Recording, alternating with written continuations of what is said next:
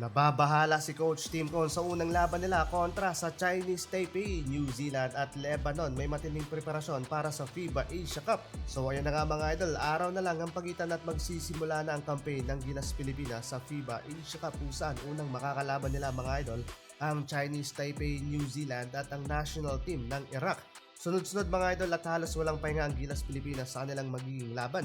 Ganito mga idol ang mga maaaring maging senaryo para sa Gilas Pilipinas. Ang una mga idol, kung sakaling ma-sweep nila ang first round, automatically pasok sa quarterfinals ang ating mga pambato. Maaaring makakalaban nila ang Iraq. Sa semis naman, revenge match sa Lebanon, Korea or ang China. Finals maaaring Australia, New Zealand at Japan ang kanilang makakalaban. Sa pangalawang senaryo naman mga idol, if Gilas Pilipinas get 2-1 winless record sa first round, aabante pa rin tayo sa second round kung saan maaaring makakalaban natin ng India or Saudi Arabia. Quarterfinals naman, Gilas Pilipinas versus Japan ang mangyayari. Semifinals versus Australia at sa finals, maaaring New Zealand, China at Lebanon.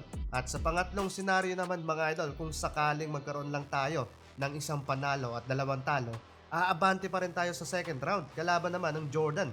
Quarterfinals kontra sa Australia, semifinals kontra sa Japan or Chinese Taipei, at finals naman kontra pa rin yan, it's either New Zealand, China at Lebanon. Yan mga idol ang maaaring maging senaryo para sa Gilas Pilipinas ngayong FIBA Asia Cup, at yan nga ay kung magtuloy-tuloy ang kanilang panalo. Pero hindi biro mga idol ang unang laban ng Gilas Pilipinas kontra sa Chinese Taipei. Gigil pa rin to mga idol na makabawi sa Gilas Pilipinas. Asia Cup qualifiers nga mga idol ay nakuha ng mga Taiwanese ang unang panalo nila sa ating national men's basketball team. First time sa loob ng halos 13 years na pamamayagpag ng Gilas Pilipinas. This time nakakaramdam pa ng pagkabala sa team noon sa Hinton Brothers na sina Robert at Adam. Ang dalawang magkapatid na to mga idol ay parehong naglalaro sa NCAA Division 1. Pero ang pinaka-lethal sa dalawang yan mga idol ay yung mas batang si Robert, 19 years old, naglalaro sa kupunan ng Harvard Crimson.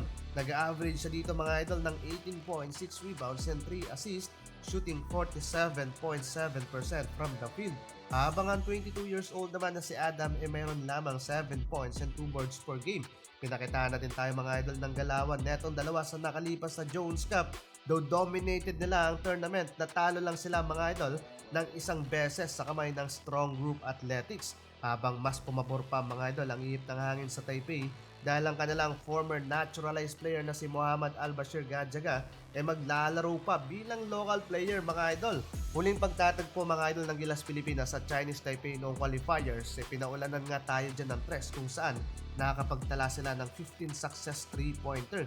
Yun mga idol ang isa sa dapat tignan ng Gilas Pilipinas. Samantalang balitang Lebanon tayo mga idol, ang number 1 public enemy ng Gilas Pilipinas na si Wael Arakji ay muling maglalaro mga idol. Muli siyang napabilang sa final 12 ng lineup, though napabalitang na sit out ito dahil sa natamo niyang injury sa balikat during BCL Asia.